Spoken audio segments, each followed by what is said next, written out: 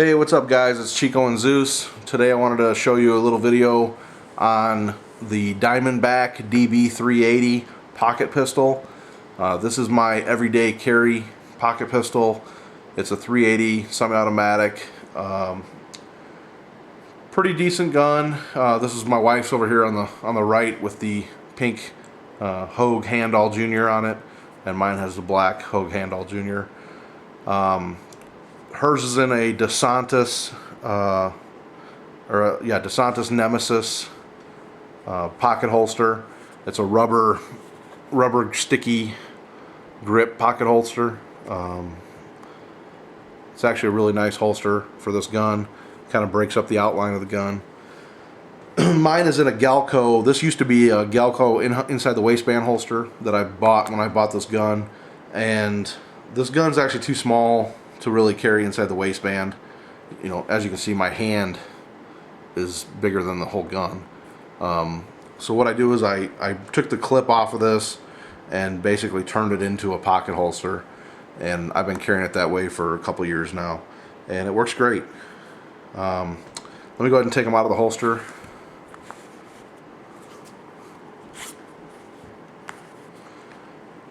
Okay, the barrel, 2.8 inches long, 380 automatic.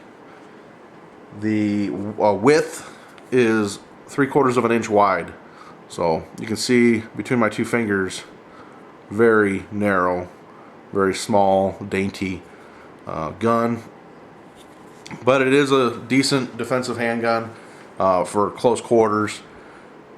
Probably the smallest caliber that I would carry. You know, they do make a 32 auto and a 25 auto, 22s, you know, not Diamondback, but other companies. And 380 is the smallest I would go. Right now I carry 380 Hydra-Shock hollow points. They feed well. They don't jam up in this pistol. Ball ammo does seem to jam. So if you're running like a Full Metal Jacket ball ammo, depending on what brand it is, I have had a lot of jams with that. The other ammo I run for target practice and stuff, this is Winchester White Box, flat nose, 380, and that runs really well in this gun also. So I don't know if it's just the fact that the ball nose digs into the feed ramp or what, but this and the hollow point work perfectly. So a little bit about Diamondback. They're American made in Cocoa, Florida. They recently just got purchased by Taurus International Firearms. I'm not a big fan of Taurus, but if they're just the parent company, they're not actually the manufacturer, then hopefully things will continue to go good. There are quite a few reviews out on this gun showing malfunctions and breakages. Both of these guns actually have broke. They've been replaced by Diamondback. Their customer service is outstanding. On both guns I had the same failure, and I'll go through that here in a little bit. But when they did fail, they sent me a UPS label, and basically I shipped the gun back to them free of charge. They paid for the shipping. They took about 2 weeks to find out what's the issue, and actually both guns, this gun they replaced the entire gun, issued me a new serial number and everything. This gun they replaced the frame and issued me a new serial number. The frame is what's serial numbered, so they sent me the same slide back. I can tell because it's got a little scratch right here, and that was on there when I sent it back to them. So, but anyway, and then they shipped them back to me repaired or replaced free of charge as well. And the new ones, the frame is a C series. If you look at the serial number here, where it says ZC, that's the 3rd generation basically. And this is the generation that's supposed to have all the repairs done to it. And I'll go through that in a little bit. Let's clear these weapons real quick just to show you that they're clear. Mag release is on the left side. It's not ambidextrous, it's over here on the left. It's a steel mag release, which is nice. Magazines are steel magazines. This one is they're both 6-round. This one has the pinky rest floor plate on it. They're made in Italy. I'm assuming they're probably Metgar magazines, real nice, high quality steel magazines. So this one's got the pinky rest floor plate. This one's got the basic flat floor plate. You can buy the floor plates from them. I think they're like $6, but it's a 6+1 handgun, six in the mag and 1 in the chamber. Both chambers are empty right now. Nothing in there,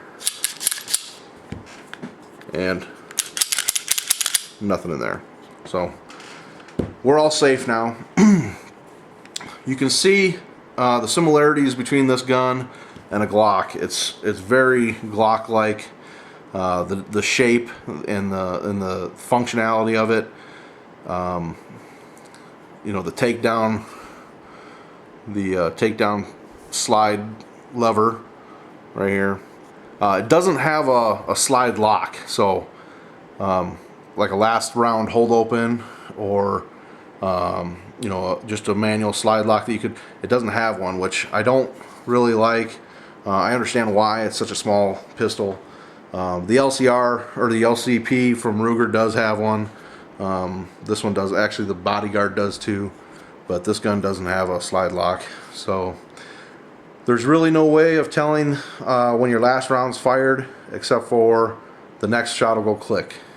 When it is loaded, you can see brass right inside this little gap right here.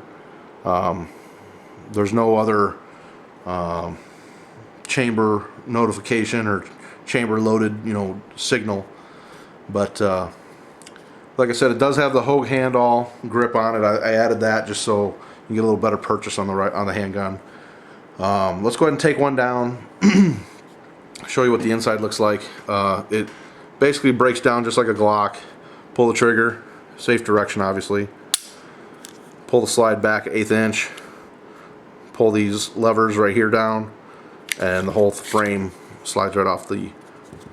Actually, the slide slides off the frame. So let's go to the slide first. The slide very much looks like a Glock. It's got the firing pin safety right here, that little round thing. If that's not pushed in, it won't fire. But that's the only safety. It's not even a manual safety. It's just a functional safety. Dual recoil guide rod, dual spring guide rod. The inner spring is captured. The outer spring's not. So the outer spring will come off. Don't lose that. When I oil the gun, I do put a drop of oil on this inside guide rod right there, just on the inside of that, just because there's a little friction wear area. Okay, other than that, the barrel lifts right out, similar to a Glock. Actually looks like a Glock barrel. Feed ramp, like I was talking about earlier, the feed ramp comes very polished from the factory, but it just, for some reason, Full Metal Jacket ball ammo doesn't want to feed very well. So I don't know if it's the angle that it's hitting it at or what it is, but it's polished. It's not like it needs a new, you know, more polish. But that's the barrel. Looks just like a Glock barrel, but smaller. And then the rest of the frame, or the slide. One thing they have right here, this is they call it a zero energy striker. On a Glock, when you rack the slide, the firing pin is actually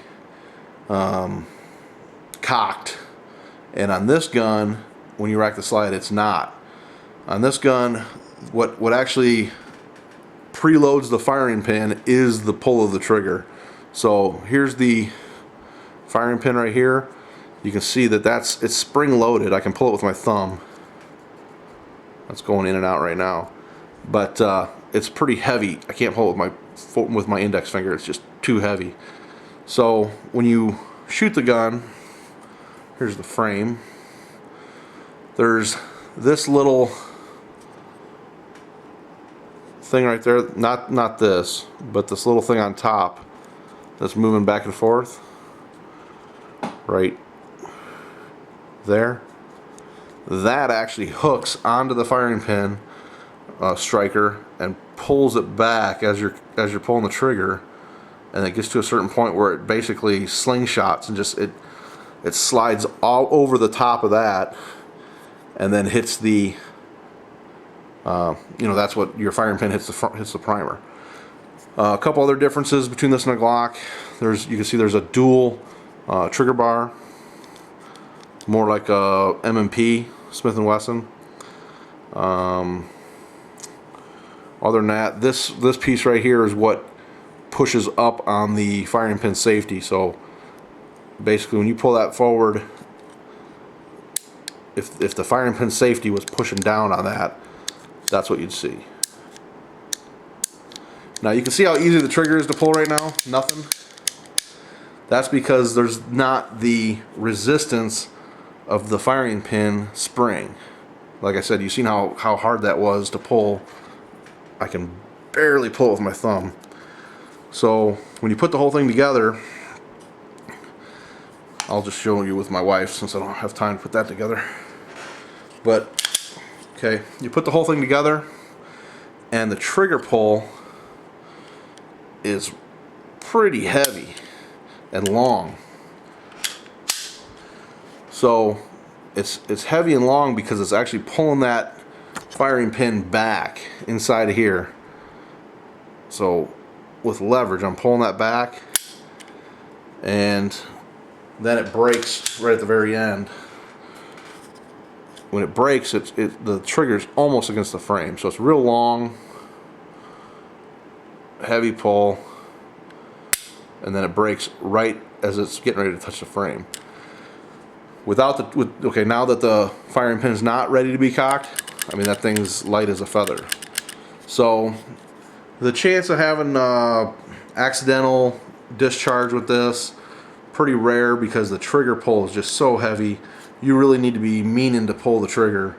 You know, so if you're worried about it going off in your pocket or your purse, I wouldn't worry about it. We still use holsters that cover the trigger guard, obviously, but you really got to mean to be shooting this thing in order for it to fire. Okay, let's go back to mine real quick. We'll talk about what broke. Okay, on both of these guns, after so many rounds, I don't know, maybe 100, 200 rounds, this piece right here that has the frame slides, it's basically this whole square. Okay, that whole square piece right there, and it goes down into the frame all the way down to this pin right there. There's a pin that holds that whole rear piece in. It would break above the pin inside the frame. It was made of just like pot metal, like cast pot metal, and I don't know if it was just the recoil or what, but it would break, and when it breaks, your slide would lift up in the back just a little bit, because that whole assembly could come up. Well, when the slide lifts up, your firing pin safety is not pushing in on this little round safety anymore. That's a little spring-loaded safety. So the gun would jam, and when the gun jams, you can't even take it apart, because you need to pull the trigger in order to take the gun apart. So both of these guns had the same issue. They both broke, not at the same time, but mine broke first. I sent it back. They sent me a whole new gun, and like I said, now that it's a C series, before I had an A, it would say ZA on the serial number. Now that it says ZC, that's third generation. I've never had a problem since. I've got easily 600 rounds down this gun, and without a hiccup. So that's the issue with Diamondbacks. I think they got it fixed. You just got to get a newer frame from them. So, you know, if you have an old one, a ZA or a ZB, I would probably give them a call, see if they'll just switch it out. They might make you wait till it breaks, but God forbid it breaks at the wrong time and you're in the middle of a gunfight, and then you're screwed. A couple other things I've done to these. The sights, they're actually great sights for a pocket pistol. They're actually little dovetailed sights, and the front one's built in. Actually, no, it's pressed in. It's just like a Glock. So you got a dovetailed rear. Let me see if you can see that. So dovetailed rear, the front sight, it's pressed in. There's the little pin for it right there. So they do probably sell aftermarket sights. These ones I've been pretty happy with. I painted them with some green sight paint, so you can see the sight picture right there. But green dots, all they are is little recessed dots, and they come white from the factory. But pocket carrying, they get all dirty and dingy with pocket lint and stuff. They're actually like little dimples, and I just threw some green sight paint in there. It actually brightened them up pretty good. The only other complaint I have about this gun, and it's not so much for me but it's for my wife, is that the recoil spring is so heavy. She has a hard time racking the slide. It's, I mean, you can see it's a pretty heavy, you know, if you get a full purchase on it, it's easy, but then you cover the ejection port and you can't really do it. So, you know, two-fingered, I can do it, but it's tough. Over the top, you know, that's the way I show her to do it, is to get full hand over the top, but kind of let these two fingers lift up so that the ejection port is open, and push the slide or push the frame forward. You know, it's easier for a woman to push the frame forward than to try to muscle the slide back. So I tell her to, you know, get a good web purchase on her hand, grab the top, and snap it. And if you snap it like that, it's doable. She's getting better. What I did was I got her some snap caps. I just load the magazine up with snap caps, and I tell her, you know, just keep emptying the magazine with snap cap. You know, just cycle them through manually. You know, and that's kind of getting her a little bit better with it. What else? That's pretty much it. Oh, the other thing, my gun, the recoil assembly in mine, because I had so many more rounds through mine, was actually a little bit easier to operate. So what I did was I put my recoil assembly into hers, and it might have lightened it by a pound. I don't know. It just seems easier. The other thing I did was I lubed it really good. But Diamondback Firearms, you know, that's their DB380. It's a great little pocket gun. I carry it every day, and like I said, it's so tiny and small. You can do it with shorts and flip-flops, and nobody ever knows you have it. Even when I do carry my 45, I carry either inside the waistband or open carry. This is usually with me anyway, just because it's, you know, it's my daily carry. So if you guys got any questions on it, that's it. DB380, and it's a great little pocket gun. Good price. You can get them. I think I picked up this one for $260 and this one for $300. So good price, good reliable gun once you get the newer frame. If you guys got any questions or comments, post them up. I'll keep putting videos up as I can. I really appreciate you guys watching the channel. Thank you. Thanks again.